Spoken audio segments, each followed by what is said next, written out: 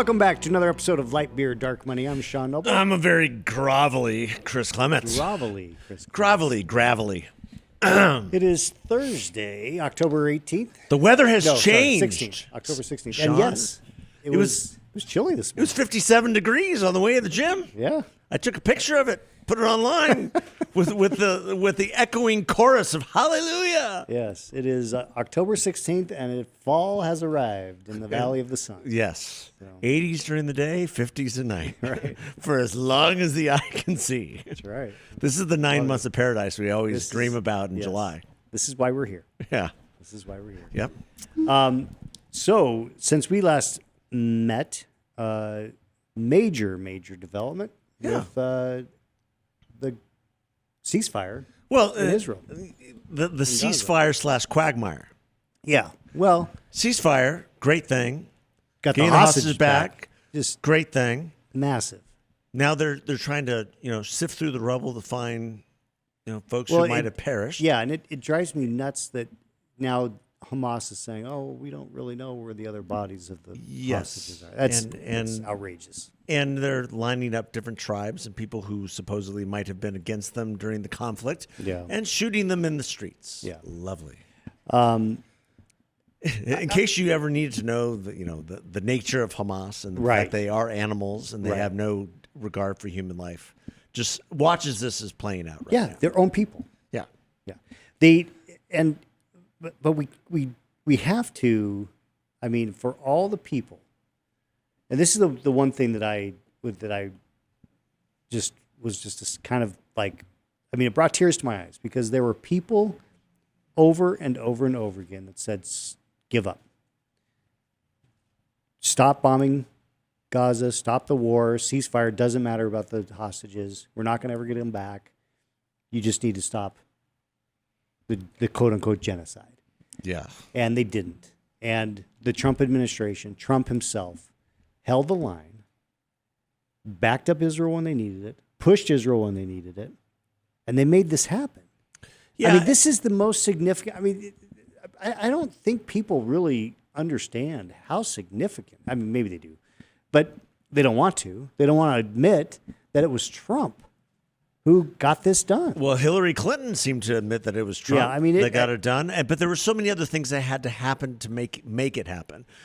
I think the first and foremost was Trump's willingness to back Israel and take out those who were supporting Hamas, including Iran. Right. I think if you had not taken out the Iranian nuclear sites and basically and some of their generals on top of that, if you had not done that, and even the missile strike in Qatar, even that sent a clear message that the Israelis were not going to stop. Right.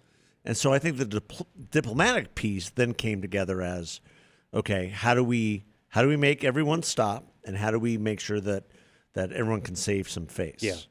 Because the next thing is that Hamas is going to get wiped out, and I do believe they're still going to get wiped out because I believe they're not going to. They're not going to disarm. They're not going to disarm. They're not going to honor the other parts of the agreement. They have no intention of following the 21-point plan, whatever that is. And I think you're seeing it in real time. And with the True Socials that are coming out even today, basically telling them you will die or else. You will disarm or else. Yeah. Well, and I thought that a number of things that were significant in my mind from the standpoint of, the president speaking to the Israeli parliament. I mean, Marco Rubio is going to go down as the greatest Secretary of State in the history of America.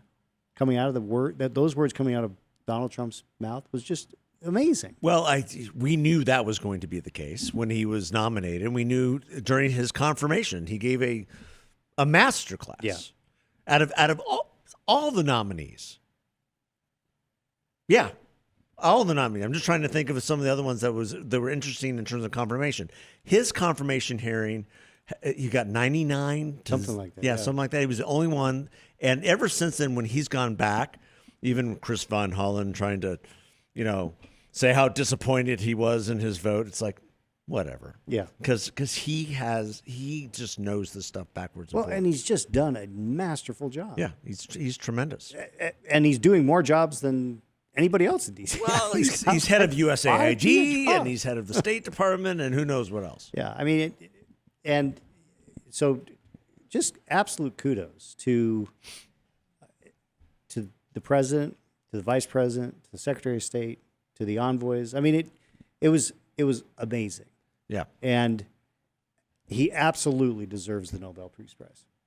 Well, I mean, if you can't give it to him for this, then the thing is useless. Well, and then the woman that they gave it to down in Venezuela, whose name escapes me because my brain now is mush at this point of the day. Right. But kudos to her for honoring Trump with the award and saying I could not be doing what I'm doing without the assistance of the United States. Yeah.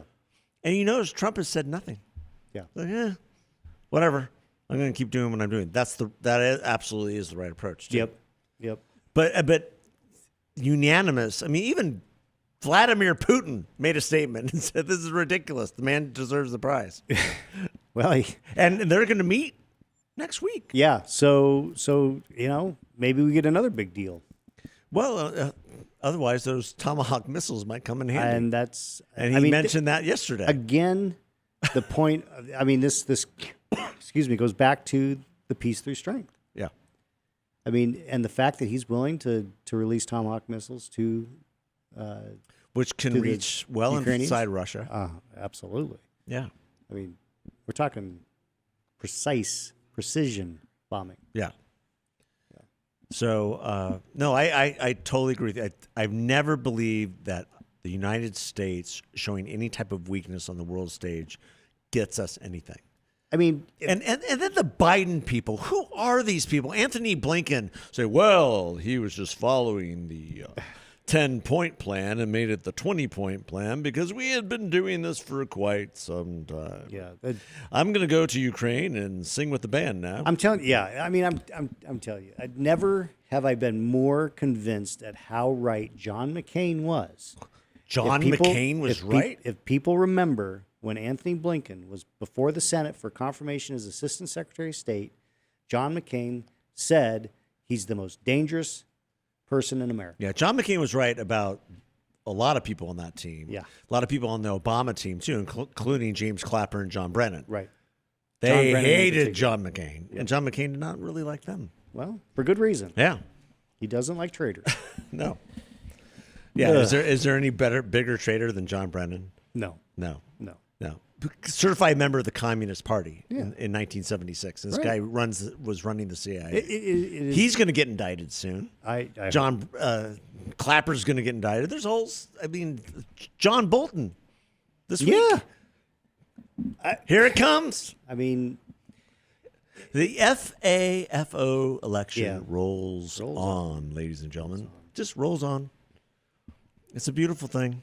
I voted for all of it. That's right. Did you vote for this? Yes, I did. Yeah, I did. Yeah. What about ICE dragging people out of their homes? Well, they're not technically dragging people out of their homes. They're going after criminals, and then they are finding all these people in their homes. I think people need to understand that ICE is going after criminal aliens, and there are people who are getting in the way. Well, who are committing a crime or getting caught up. That's what happens in a sanctuary city. Yeah. That's what a lot of people don't understand. I'm going to this apartment complex to get this person. Here's his rap sheet. Oh, and by the way, there's all these other people here too. Let me put them through the database. Right. Oh, you're all here illegally too? You have a deportation order. You have a deportation order. You've been convicted 90 times on whatever it is we have here. And they wrap everybody up. Yeah. And that's what's happening. Well, going back to your point about, I just saw this on that Donald Trump said, if Hamas continues to kill people in Gaza, which is not the deal, we will have no choice but to go in and kill them. Well, I mean, that's the one I saw. So be it. That is so Trump. So there's today, and we talked about we're talking about Clapper. We have no choice. Bolton, Comey, and James. Bolton's going to get indicted. It looks like. And here we are. What day are we of the shutdown? We're basically at a little over 2 weeks. Yeah. They're waiting for the big No Kings deal on the 18th. Whatever. Yeah. The big communists coming together in D.C. Do they not see the irony in the fact that they can hold a rally that says no kings and not be stopped from holding that rally? No, of course not. It's all about the money. I mean, they need to raise some more money. The thing that because they've had no money, right? But the thing that they clearly don't recognize is that the American people are not stupid. So the vast majority of people who see them protesting no kings are saying to themselves, well, that's weird. We don't have kings here. No. They don't view Trump as a king because he doesn't act like a king. He's an authoritarian. He's a strong president. He is. As Scott Jennings said on this show, and we've been running some of these shorts online, is that he is definitely in charge. Yeah. They're not putting a lid on the press at 3 p.m. Yeah, like they would if you were the president. So, completely. 4 p.m. Let's just be clear. 4 p.m. after, kid pickup. Right. We're putting a lid on the press. No, I mean, that's a great point. That it was a regularity. It was on the regular that the lid, which means no more press for the president because he's going home, was 2 or 3 p.m. in the afternoon. Oh, if you looked at Biden's schedule on a day-to-day basis, there was nothing there. It was maybe something at 10, a lunch, something at 2, and then maybe. Bye-bye. And then if there was an event that night, they put a lid on the press like 2, 3 o'clock to get him prepped for the event that night, whatever that might be. Yeah. It was sad. Yeah. And I heard about a Babylon Bee posting that the press was actually asking Donald Trump to put a lid on Donald Trump. We're working too hard. You're making us for work 96 too hard. hours of flying around the Middle East, coming back for the Charlie Kirk Memorial, and just the whirlwind. He was all the over meeting the with place. the president of Argentina. Yeah. The press is exhausted, which is hilarious. Yeah. So the shutdown. Yeah. Whatever anybody thinks of Donald Trump, you cannot underestimate or not be in awe of the stamina the guy has just to keep going. And he's letting these guys flail around with the shutdown, and he's going to getting stuff done. Yeah. Yeah. Chucky Schumer. So the Chucky Schumer shutdown. I think that Schumer and Hakeem Jeffries are starting to recognize that they have walked the plank. Give us your sincere insight into this. Here's I have my own insight ideas. You do not see in the New York Times, in the Washington Post, in the LA Times, stories about how much the shutdown is damaging people because nobody cares. And all of this talk about you cannot, you shut the media is silent about this stuff. They've been silent. There's been a shift because, if Republicans were getting the Nobody blame, really cares about 1,400 IRS agents being laid off? No, they don't. It's true. If the general public were blaming the Republicans, the media would be out there with the stories saying that evil Republicans have shut down the government and they've caused this problem. And you're not seeing those stories. Well, I mean, the Speaker of the House has been giving a press conference every day, 10 o'clock. And then they've been holding a vote every day, giving them a way to get off the plank. Yeah. So it's not like they're doing nothing. So I think John Thune could do it. I think he could be a little bit more aggressive. And I heard this criticism the other day. I tend to agree with it. You should be having several votes a day. Yeah. And keep them in. Don't let them go home to raise money. Right. Keep them in. No, we are not adjourning till we're open. There is an Arizona angle to this shutdown. There is. Yes. And that is there was a special election to replace the late Raul Grijalva. El Jefe. And his daughter won that election. Yes, she did. And she won the election while Congress was adjourned. And then we went into shutdown, and Congress is not, the House has not been come back into session. And so she's not yet been sworn in. Yeah, but her election also was not certified until yesterday. 2 days ago. Was it 2 days ago? 14th. Oh, it was 14th? Yeah, okay. so they were going around berating. They've been marching around saying Mark Kelly. Where is Mark Kelly? Well, Does anybody know where he is? He's in D.C. complaining about the fact that that the House isn't swearing in Mrs. Grijalva.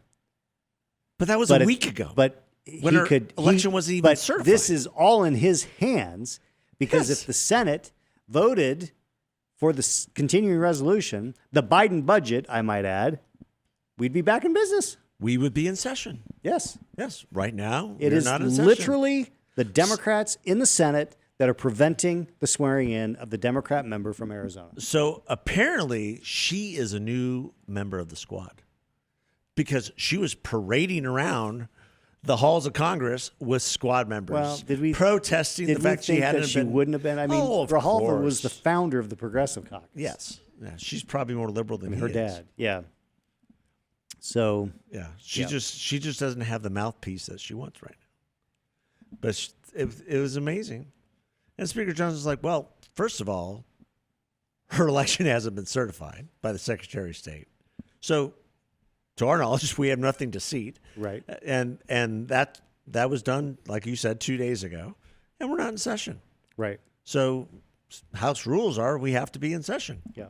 Sorry. And there's one fix. The Democrats in the Senate vote yes. After the No Kings riot. That's what they're saying. So why are they waiting for that?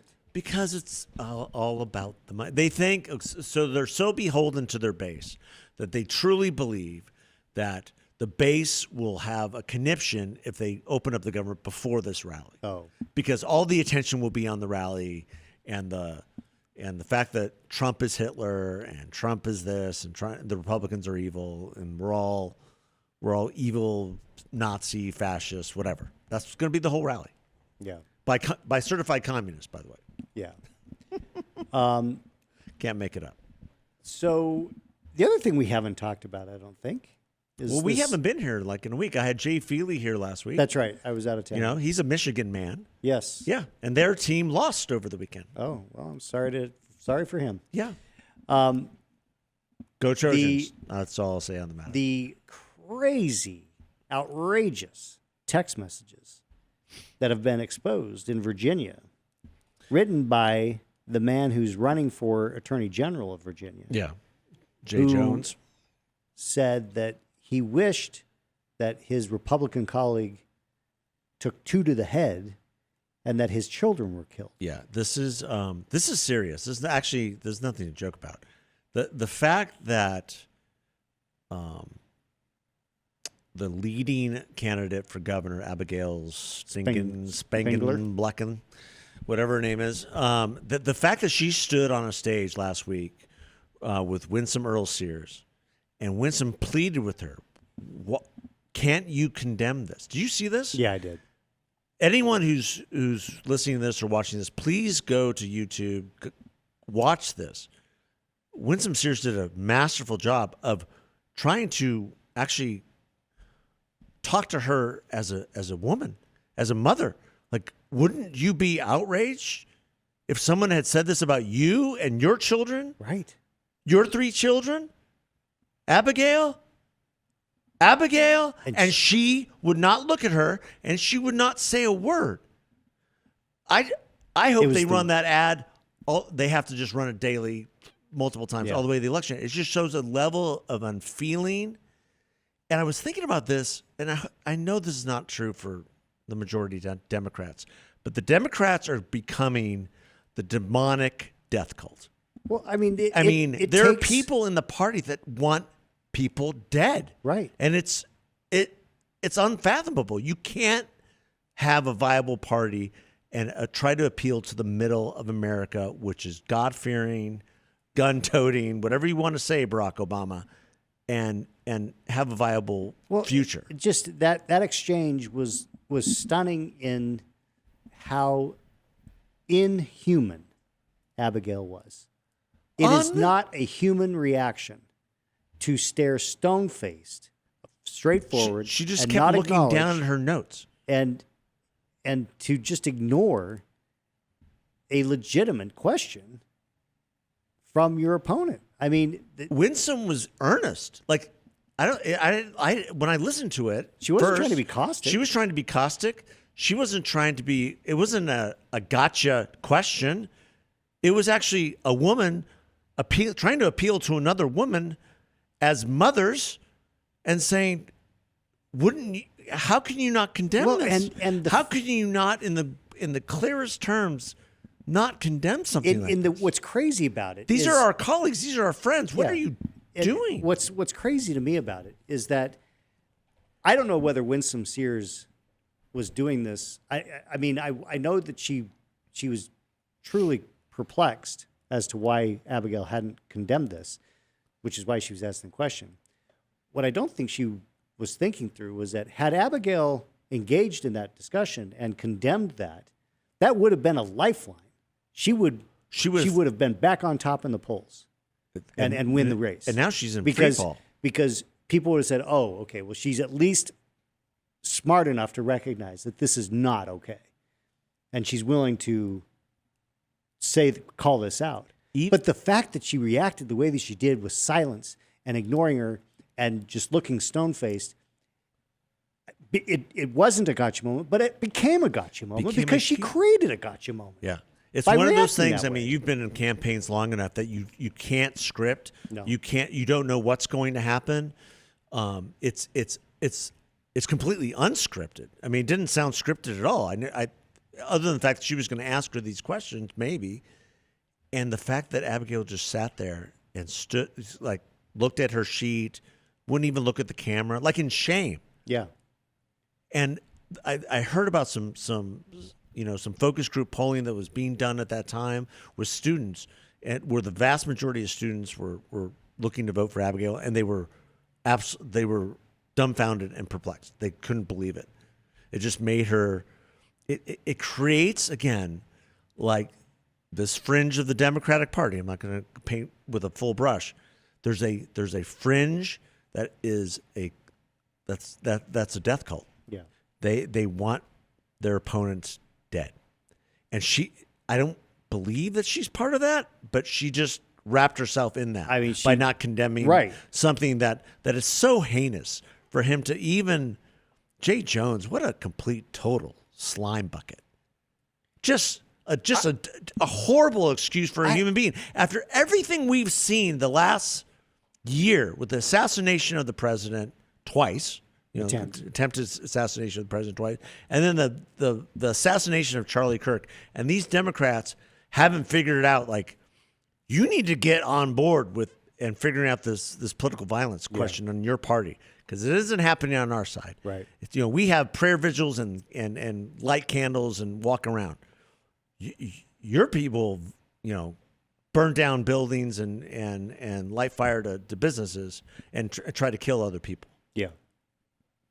Yeah. This is nuts. It is literally astounding that this guy was an elected official sending these kinds of texts and wants to be the attorney general. Oh my gosh. The attorney general, the top law enforcement officer in the state of Virginia.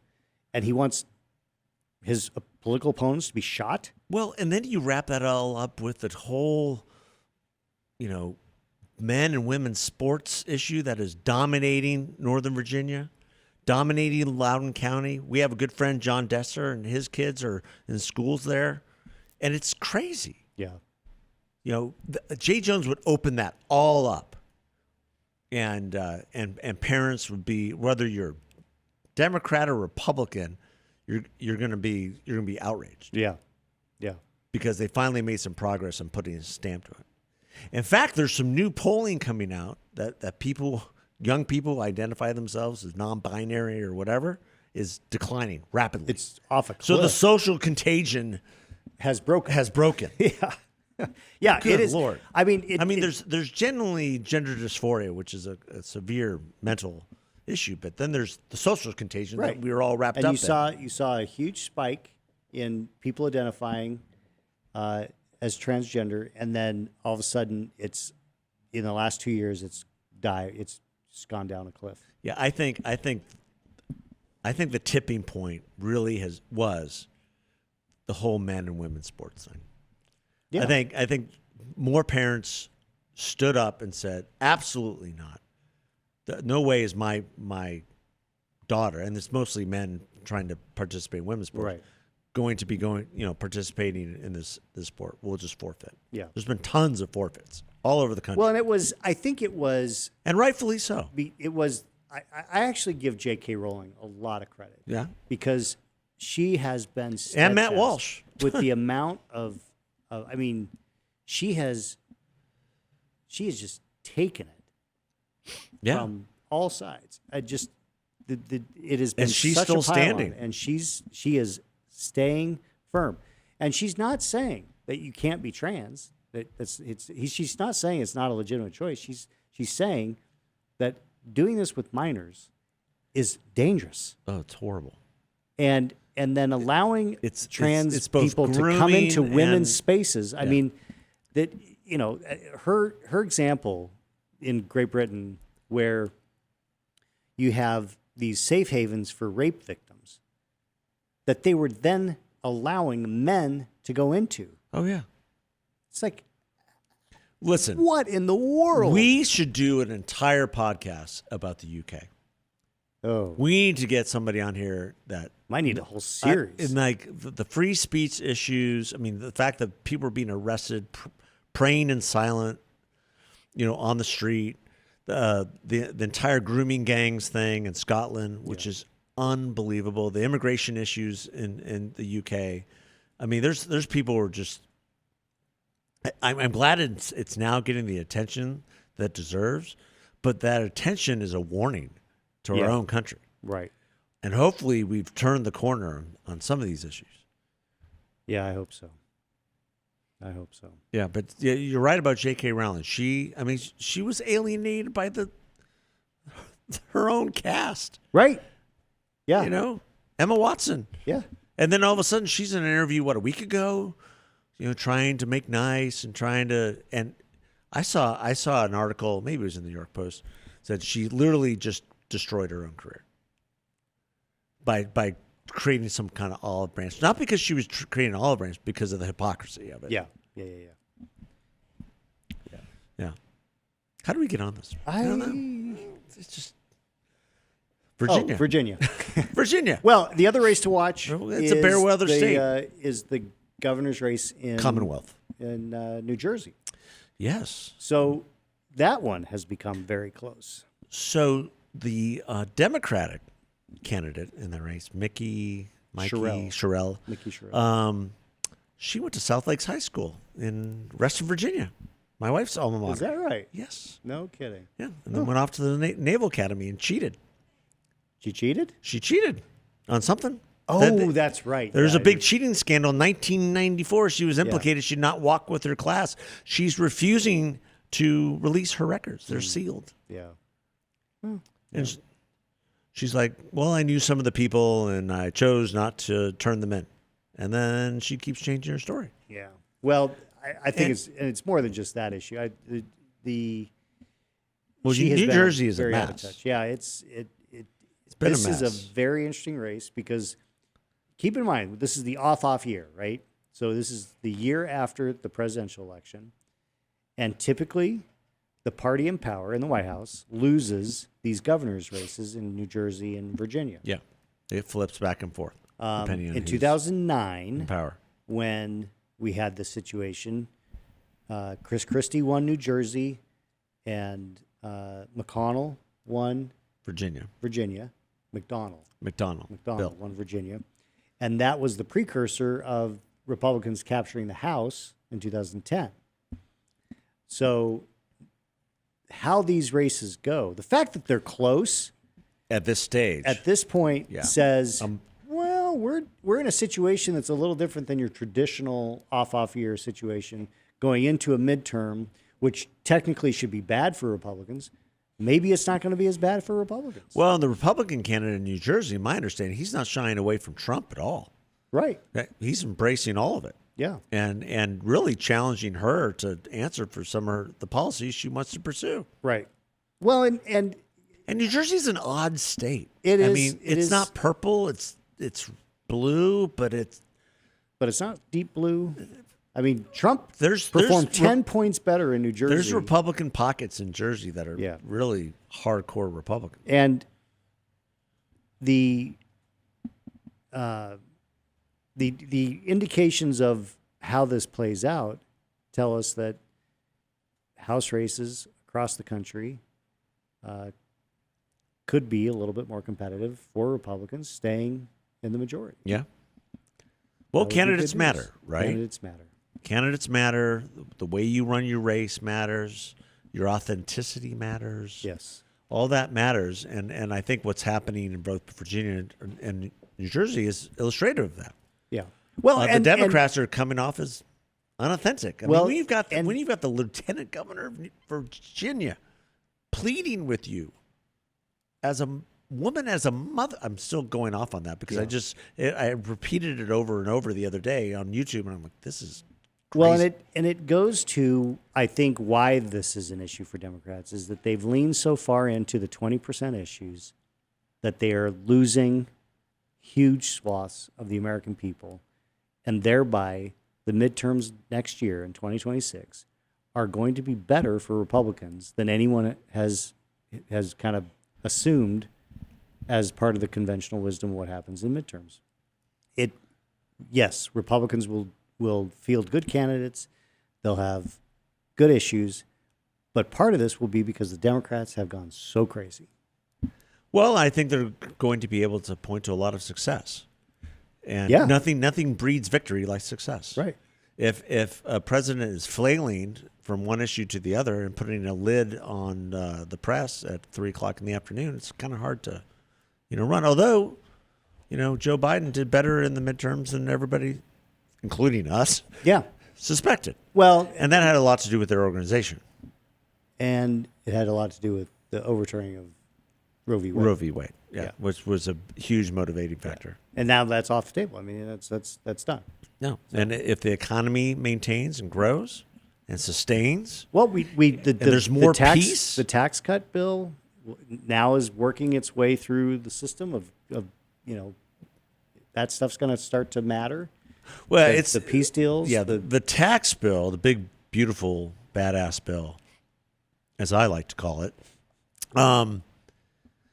That will see its fruition next year in a full cycle of tax planning. Yeah.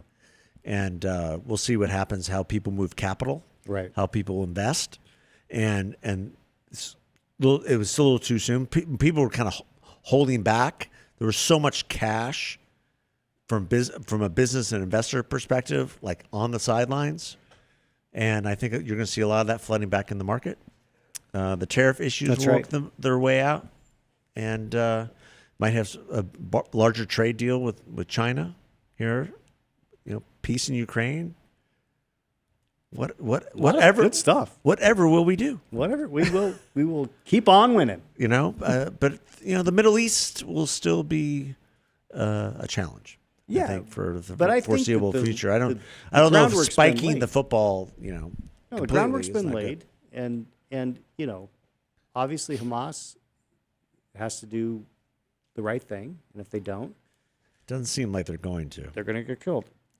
Yeah, doesn't seem like they have any interest in doing the right thing. Yeah. As of today, or since the deal was signed. Right. But it's like anything else. Trump got what he wanted.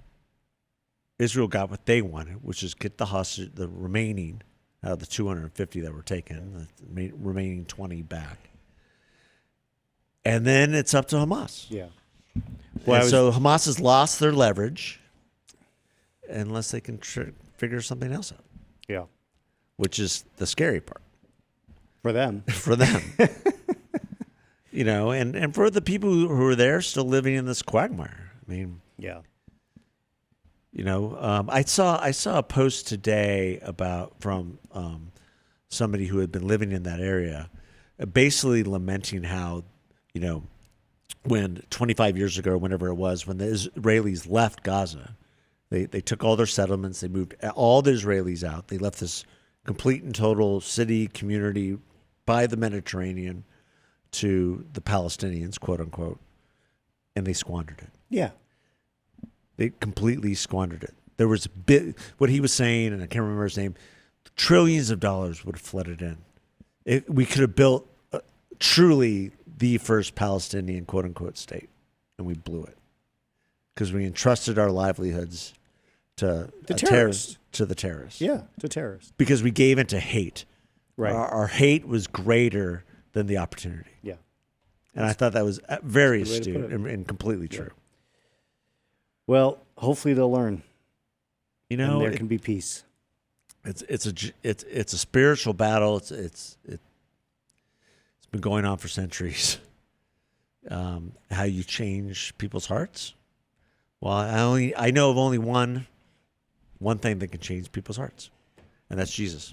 Yep. So all those Muslims who are waking up in the middle of the Middle East and seeing Jesus in their dreams, and then going out and finding people that he told them to go find. You read about this? No. Oh yeah. If you read Lee Strobel's new book, he's got these, and the name of the book is escaping me. He's got these stories of people in the Middle East who are finding Jesus because he's coming to them in their dreams, and it's throughout the Middle East, all over the place. Wow. And he's asking them to go find somebody like in the square, and they'll find them, and then that person will teach them about Jesus. That's amazing. It's unbelievable. So there's hope. There is hope. That's the message of the day, folks. There's hope. There is hope. And until next time. Yeah, just remember that free. this podcast is all about faith, freedom, free enterprise, the founding principles of our great country. Thanks for listening. Right. Thanks, everybody. God bless. Take care.